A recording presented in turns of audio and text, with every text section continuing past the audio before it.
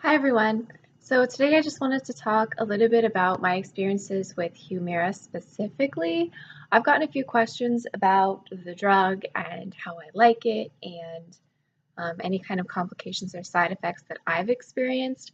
So I believe I've been on HUMIRA for approximately 4 years.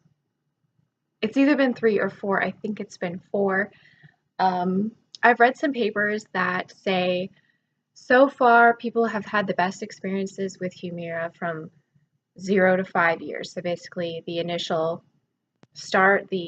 dosage of HUMIRA up to 5 years. And at that point, your body can build up a tolerance to it. It can stop working for you, and you have to switch to some other kind of medication, another biologic or a cocktail of medications. Now, that's not to say that that's going to happen to everyone. There have been a lot of cases where people have, I'm not exactly sure how long the drug has been out, but I believe up to 10 years. It's still been working fine for people. So we are going to talk today a little bit about the drug and my experiences with it. So HUMIRA, I talked a little bit about this in my last video about all of the different Crohn's and autoimmune or IBD medications that I've been on. So HUMIRA, your first dose will be 4 injections. So 4 of these little pens, and generally you do this in a doctor's office. They have you order the medication and you get a starter pack, which is 6 pens. And your very first dose, you will go in for a nurse's appointment. Generally, I'm not sure if that's mandatory, but my clinic and everyone else I've talked to, they've gone in for their initial dose to be done with a nurse's supervision. So you will do all of the injecting, the nurse will not. They will give you a test pen, basically that's, there's no needle in it, there's no medication in it, it's just to get the feel of the actual injection and how the pen system works. So your first dose is 4 pens, and you will probably do an injection in each leg and then in each side of your stomach, because you only inject HUMIRA into your stomach minus the little area around your navel, your belly button, and into the tops of your thighs. So that's how the first one works. And then 2 weeks later, you will, at home, do 2 injections on the same day. So 1 in each leg, 1 in a leg, 1 in the stomach, 2 in the stomach. It's up to you. I find that in my stomach, at least, it's less painful there than in my thighs. I have a lot of muscle in my thighs, and sometimes I can hit something. I don't want to scare anyone, but I've hit blood vessels before, so you get a little bit of bleeding with them. Generally, there will not be any blood, but it does happen. So you've got your 4, 2 weeks later, you've got 2, and then every 2 weeks after that for a maintenance dose, and generally the dose that does work best for people is the standard maintenance dose, that's why it's standard, 1 pen every 2 weeks, and in the thigh or the stomach. I have never had any trouble with my injections. The first dose I had, I was really tired afterward, and I'm not sure if that's just because it was my first experience injecting myself with something, or if it was the medication, or a combination of the two, or being in the doctor's office and being stressed out about it. That day I was very, very tired. But that goes away over time. You get used to it, your body gets used to the medication, and then you're only doing 1 every 2 weeks. And so it's not really a big deal after a while. There is discomfort, there is a little bit of pain. Like I said, it hurts a little bit more in my legs than in my stomach. And generally what I find is the alcohol sting hurts the worst. So like I said in my previous video, make sure that you pick a spot, you clean it, and then you let the alcohol completely evaporate. It's doing 2 things. 1, the alcohol works best by evaporation. It cleans via evaporating into the air. So you're letting it completely evaporate, completely sanitize the area. And then 2, letting it dry completely. There's no real alcohol left on your skin, so you're not going to get that sting when the alcohol is actually injected subcutaneously through the needle penetration, if that makes sense. So if you let it dry completely, you won't get that sting. And the sting is the worst part, at least to me. I'm pretty good with pain. I'm very good with needles. But if I had to do a syringe, like draw up, like for insulin, I'm not sure how well I could handle that. I have given myself a couple of B12 injections, and those were not fun. Those are intramuscular, so they go deeper too. And yeah, these are subcutaneous. Needle is a lot shorter, thinner, so there's not really a lot of pain associated with it that I find. If you're really worried about it, you can always have someone else do it. Just make sure you both have clean hands, and yeah, it's really foolproof. You're not going to hit anything. It doesn't super matter if you go straight in. Generally, what you want to do is kind of grab the skin, not pinch the skin, but grab the skin so there's like a little mound of it, and then you stick straight on, push the button, wait 10 seconds, let go, and let go. If there is a little bit of bleeding, I always keep a cotton pad or a little gauze square on hand. Generally never need it. If you don't want to use a bandage, which I always put a bandage on just because I'm like, I don't want this to leak in my clothes, etc. If you don't want to wear a bandage, say it's summer and you're wearing shorts, or you want to go swimming later that day or whatever, and you don't want to have a bandage on for any length of time, just, don't swipe really, don't really press, just kind of lightly dab at the area till the bleeding stops and you're good. Generally, it's only just that little bubble of blood. It's not as much as you'd get, say, like if you get your blood drawn and then, they put the thing on, and then when you take the cotton pad off, 20, 30 minutes later and there's a circle of blood, it's not generally that much, not unless you hit something. And when I say hit something, it sounds terrible, but it's not. Like, there might be a little bit of extra blood. It doesn't hurt extra or anything like that. You'll just probably end up with a little bit of bruise. Other things, injection site reactions. I've had some of those. They're just itchy to me. They don't really last a long time. They might last a few days. And basically, it's just like a little raised area. It doesn't look like hives. It doesn't look like anything. It's just like a little, if anything, maybe it looks like a welt, like if you were hit with a rock or something. It's just that little, just a little raised red itchy patch. That's it. So other things, HUMIRA is an immunosuppressant, so it's a class of immunomodulator. It's a biologic, so it will lower your immune system, as I mentioned in my previous video as well. You must be tested for TB, immunity to Hep B. Generally, they'll recommend you get a Hep A series and any other available vaccination for anything that's endemic to your area. For me, that just meant getting an extra Hep B shot to make sure I was immune and getting the Hep A series. So it wasn't really that bad. Other things about immunosuppressants, which I should have probably mentioned in my last video, is you cannot get a live vaccine. So vaccines like pertussis, that's a live vaccine. Tetanus is dead. Live, attenuated. Basically, they're not completely dead vaccines, so they could get you a little bit sick. Flu shots are safe and recommended. Pneumonia shots are safe and recommended. Flu shots are yearly. Pneumonia vaccines are every 5 years. There are 2 different pneumonia vaccines, and generally it's recommended that you get both. You get one and then you wait a few months and you get the other one, and then you're good for 5 years, and then you repeat.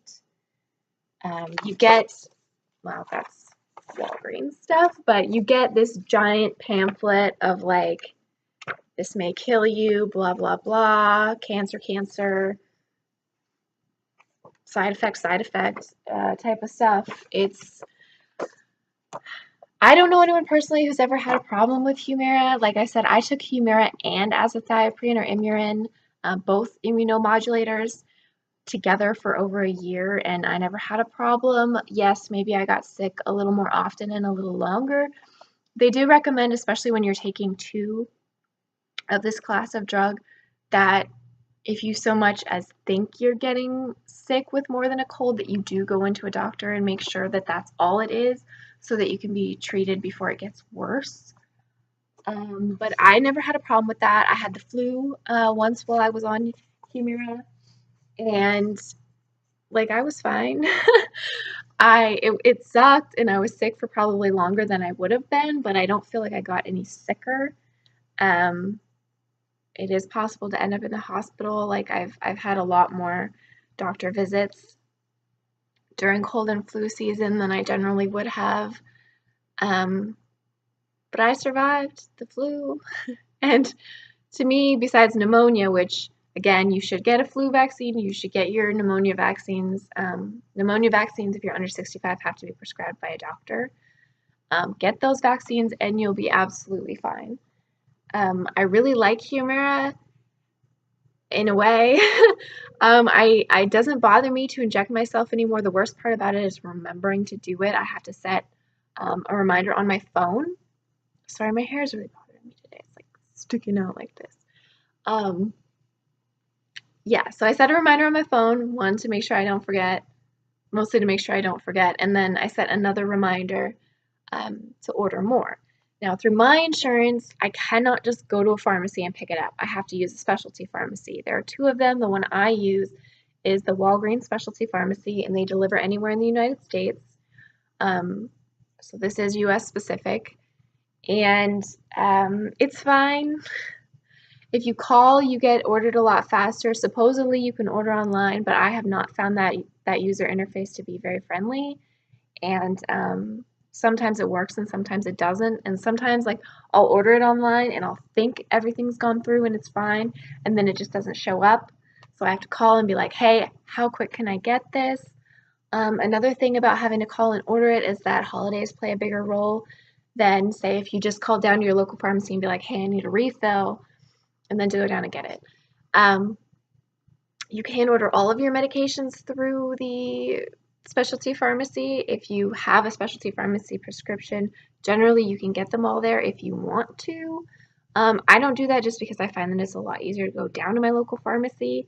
And then the only thing I'm waiting on is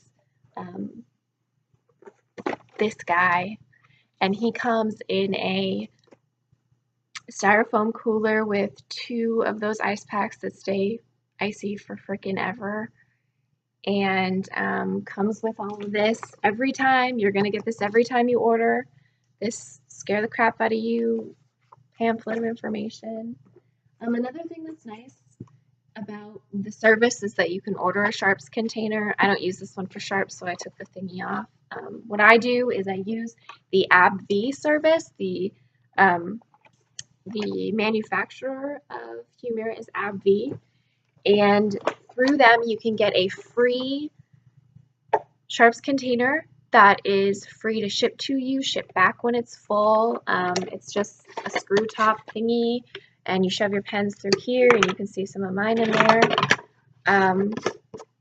And then you just reorder this. This you can reorder online. There is a phone number on the back, but if you keep the paperwork that comes with it in the first place, there is a login to the AbbVie website, and it's super easy to order one of these and to order a box so that you can ship back your full one and get a replacement.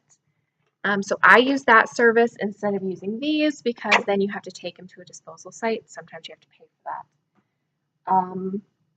Also through Walgreens, you can order extra alcohol wipes, but as I mentioned before, you get 2 alcohol wipes, 1 per syringe in your actual little case that comes every month. And I think that's it. I haven't had any trouble with HUMIRA. It's relatively easy to use. Again, it's only 1 pen every 2 weeks.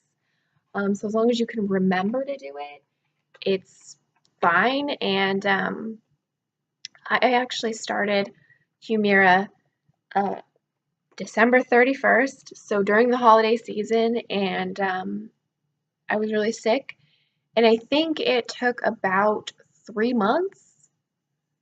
There's the first month you do 6 shots, and then after that it's 2 shots a month, and I believe it took me 3 months total to start feeling a lot better. And again, that was while I was still taking the azathioprine, which will probably be the case with most people who are prescribed HUMIRA, is that you'll continue on the medication that you were on, or if you're on prednisone, you'll stay on that dose, that higher dose to keep the inflammation down. And then as soon as you have your loading dose of HUMIRA, that first 4 injections, you'll start tapering back down. But yeah, like I said, I would recommend it to people with this disease. If you could get away without it, I would, just because it is somewhat of a risky medication and it's injections, which suck. But yeah, for people with Crohn's disease or ulcerative colitis, which has now been approved for in the United States, specifically for UC and for Crohn's, I would recommend it. I have had very good luck. This is my, I think, 4th year, and I've had a couple of CTs since then, and everything has been fine. I had a second or third colonoscopy, I want to say, to make sure that my Crohn's was in remission before I stopped taking the azathioprine. I just went on the HUMIRA, and like I said, since I've just been on the HUMIRA, I have been in remission for 3 years with flares that come and go, but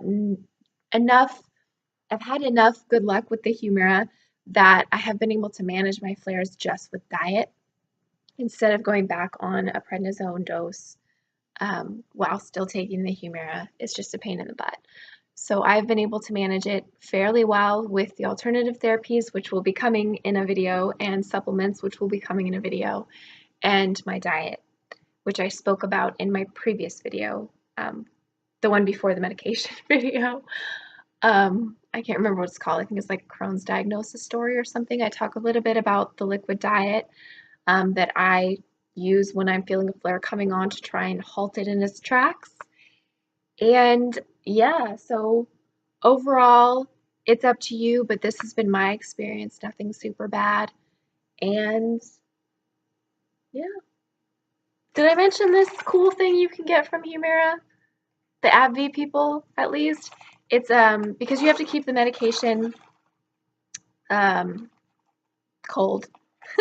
It's supposed to stay refrigerated. You get this cool deal. It comes with an ice pack here. So you keep this in your fridge or freezer, and then you put it there, and there's room enough for your 2 injections here. And then on the other side, there's a second pocket where you can put a sterile pad as a gauze pad to wipe up anything. You can put your alcohol wipes in here as well, and then a bandage. So it's perfect to take 1 or 2 with you and to keep them cold for, I would say, 12 to 24 hours. And then again, I've been told that you can keep your HUMIRA off the fridge for up to 24 hours and it still be perfectly safe. You could probably keep it out longer than that, but again, I wouldn't recommend planning on that. But if it does end up staying off of the fridge for longer than 24 hours, it's probably good for another day, maybe even 2 days before it loses some of its potency. Again, I'm not a doctor, I'm not a pharmacist, I'm not a biochemical engineer, so that's just what I've heard and my opinion on it. And yes, so I really hope this has been helpful. Please like and share if you found this helpful at all. And I'm going to try and post this video and all of my Crohn's series on things like the Crohn's and Colitis Forum and CCFA forums and things like that, and on other Facebook pages. So again, like and share if this was helpful at all. I hope it was, and I will speak to you again very soon.